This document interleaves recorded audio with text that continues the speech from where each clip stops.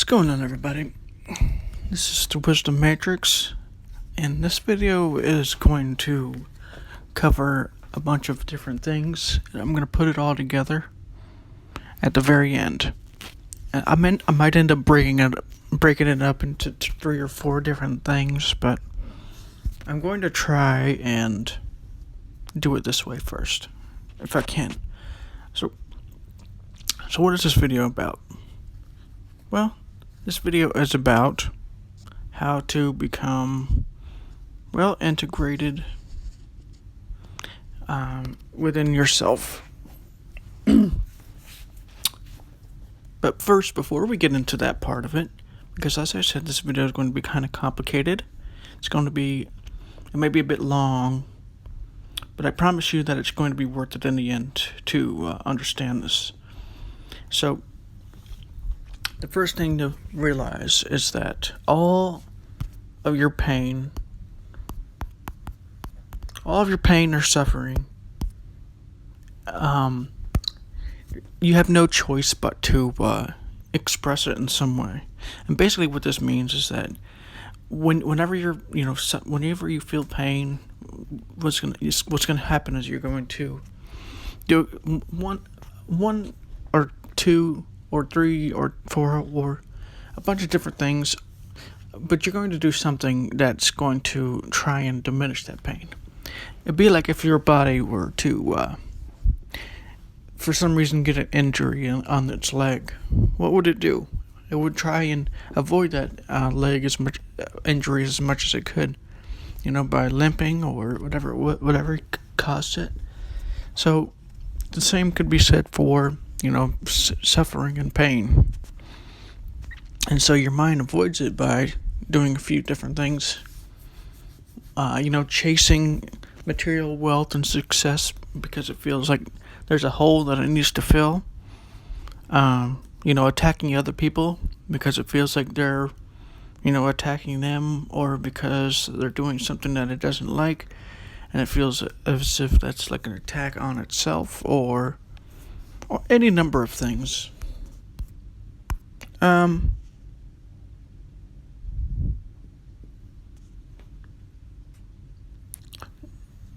Judging people. A lot of other stuff is like this as well. And whenever you feel like somebody's attacking you or whatever, you can ask like a question like, what hurt you so much that you feel like you have to hurt me to get it? Any sort of like judgment or criticism is the mind's way of trying to avoid the pain that it's created. And this goes back to something I talked about a while back that I'm going to try and formulate in my head a little more, but basically it has to do with what I call the super mega concept. And this is, the concept that we all, a lot of people call it the ego or whatever. But it's not, calling it the ego is so beyond what it is, really. So, and a lot of this comes down to what, you would call beliefs. Contrary to, what most people would think, the way to really change behaviors isn't to change behaviors or to force them with like laws or sanctions or whatever. The way to do it is to change beliefs. So how do you change beliefs? Well, there's many ways. This is by no means a definitive guide. It's going to be said for the other thing I've talked about on this channel or this particular video. But one way is to realize that, these beliefs may not be entirely accurate. It may only be seeing like 1 or 2 different sides of an issue and not the whole thing. There's people who say there are 2 sides to a story. The truth is there's probably more than 2 sides to a story. There's probably like, I don't know, I don't want to give a specific number or anything, but it's probably more than two sides. So that's one way. Um, these beliefs, they may not, you may think of them as obvious. People, when they say something, oh, that's obvious. Yeah, it's not as obvious as you think. It's not obvious. Because if it were obvious, people would automatically come to that conclusion. And when it comes to these type of things, they don't automatically come to that conclusion. So it's not obvious. You know, it's not necessarily, nothing is right or wrong intrinsically. Basically, this means that, the ideas of right and wrong actually come from the mind, or or mankind, or people kind, or whatever you want to call it. Basically, your ideas of right and wrong don't come from God. They come from your mega concept. This goes back to group consciousness as well, because a lot of people's ideas of right and wrong come from religion, or whatever it might be, and that's part of the group consciousness that you're in. The religion or the science or the whatever it might be. They're not necessary. Nothing is necessary. Nothing is a given. Nothing is set in stone. The only reason why it may seem that way is because you have a belief that it is.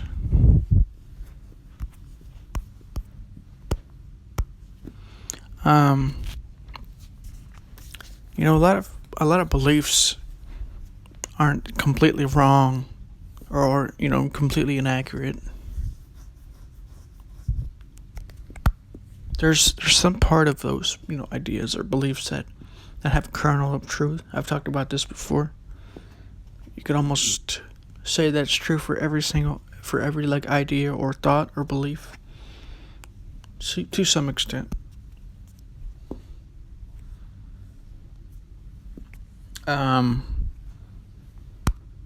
Nothing is black and white.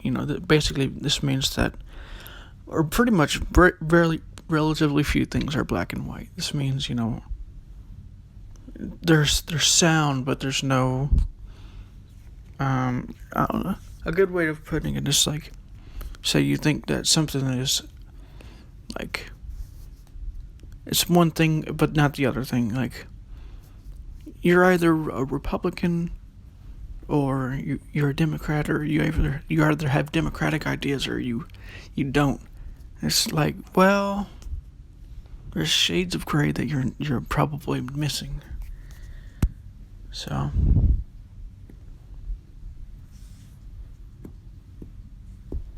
the obviousness of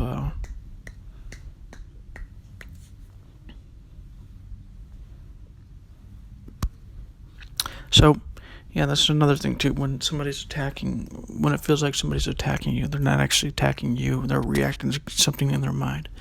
I've talked about this before, but it's been a while, so I just wanted to mention that.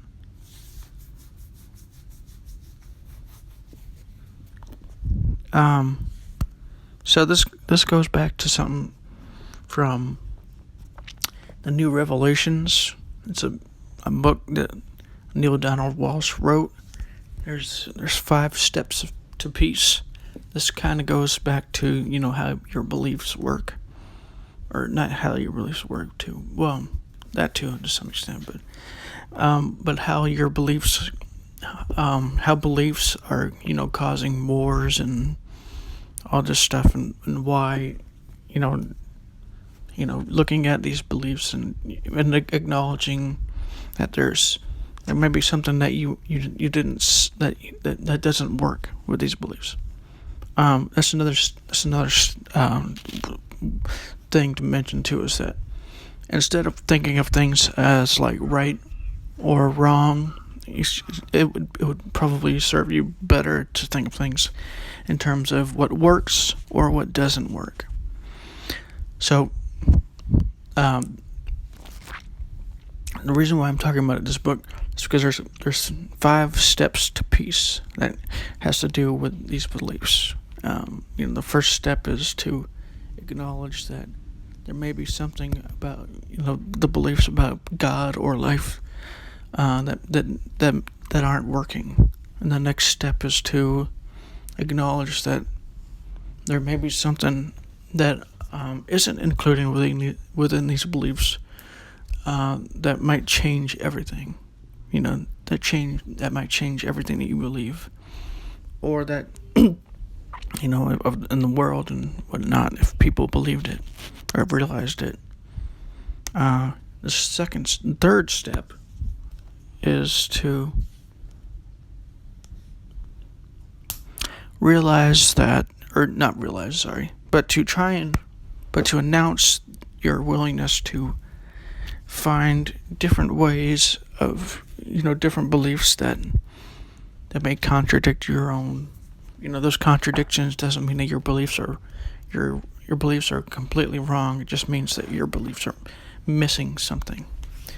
And so you find those, and then have the courage to look at those beliefs and merge them with your own, basically, so that you transcend your old beliefs and create bigger beliefs that fit within this paradigm.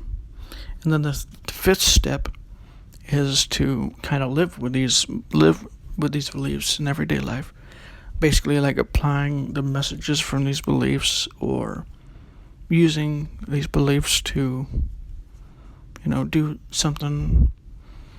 That's what integration is. That's why I've been talking about this particular subject. So,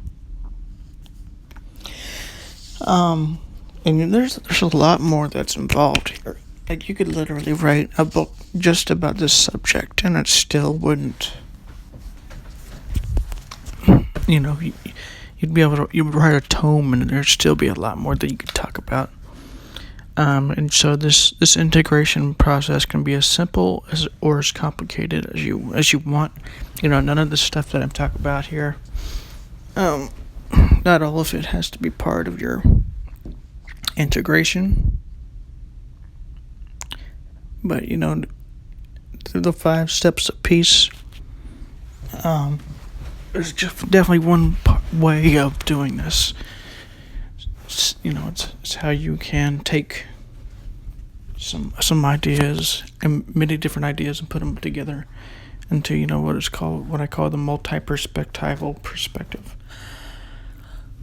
There's more that I could talk about here for sure. So, this is what I guess life coaching is like this to some extent. There's a lot of stuff that's involved here. But, so I'm going to try and give some examples of how this works.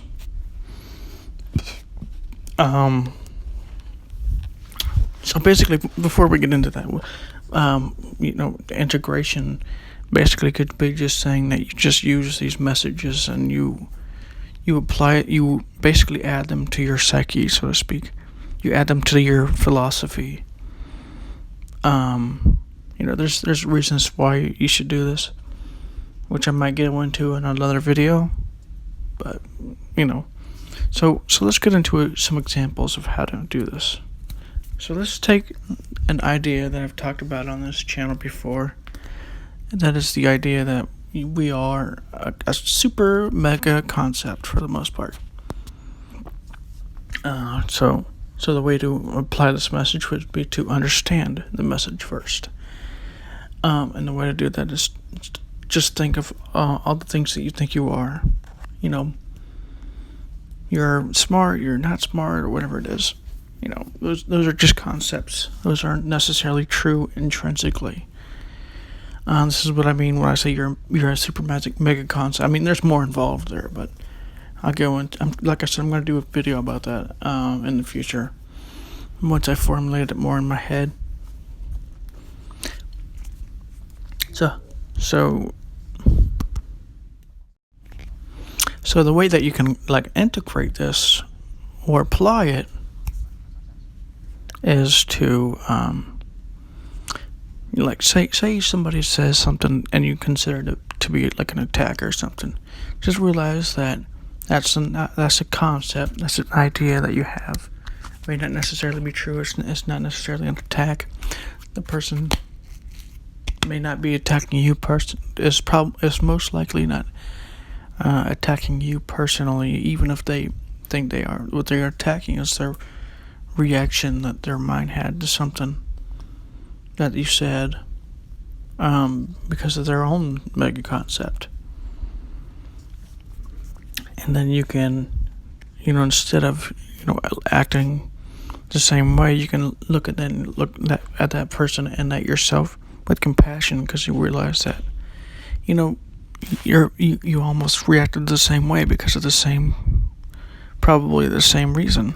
You thought they were attacking you, and they thought you were attacking them or their ideas or whatever.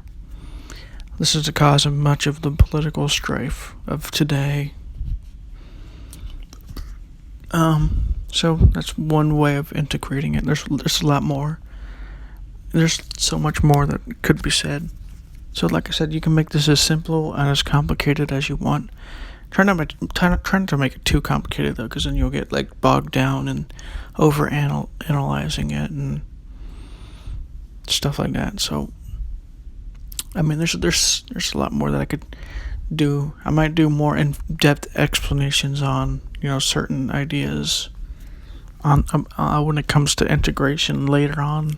Not later on today, but sometime later on this year or next year or whatever.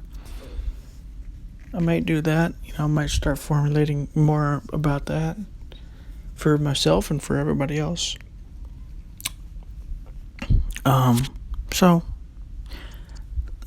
this is just basically a broad overview of integration and whatnot. So why is this important? Why do this? Sounds very impractical. Some people might think this is impractical, but in fact, this is a very practical, because what you're doing is you're trying to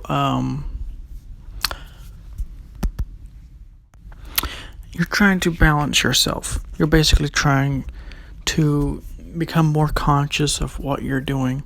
That's one thing too. That's part of practicing being in the present moment. Pay attention to what your mind is doing. See why it's doing what it's doing. Try and integrate, or try and figure out how not to do that again. By looking inside of yourself to your inner wisdom. There's many ways of doing that. I've talked about some of those here on this channel and other places, and then you apply that so that hopefully you don't do that nearly as often. What I found when doing this work is that I may have moments of unconsciousness where I judge or criticize or get angry about something, but I've noticed that they happen less and less, and they're not as powerful, or they don't last nearly as long. And when they do, what I notice is that I'm going, wow, this is why this happens. This is because of the ideas that I hold about the world or myself or the mega concept. So even if you're not integrating, so part of the reason why this is important to do is because when you're not integrating these truths into your psyche, you're integrating other truths into your psyche, or other ideas or other beliefs into your psyche. Those are going to come from your society, your culture, your family, sometimes yourself too, but so that this is going to happen anyways. You're the only thing that matters. The only real difference here is that you're doing it consciously. So another thing to mention too, I sort of mentioned this before too, but another thing to mention is that just because, not when somebody does something that's, well, I might do. I think I'm just gonna do a video about that later. But just know that, if you don't integrate in this way, however simple or complicated you make it, it's going to happen anyways. It's just going to happen unconsciously. It's going to happen in a very sloppy and unconscious way. By the way, this is not me criticizing anybody for not doing this. I didn't do this for the longest time, for I would say almost 30 years of my life. I never did it. So I know how it goes. So,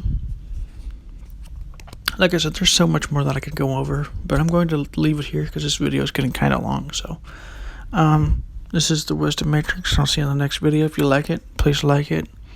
Like this video, subscribe, and if you got some kind of benefit from it, share it with others so they can get the same kind of benefits as you did. This is the Wisdom Matrix, and I'll see you in the next video.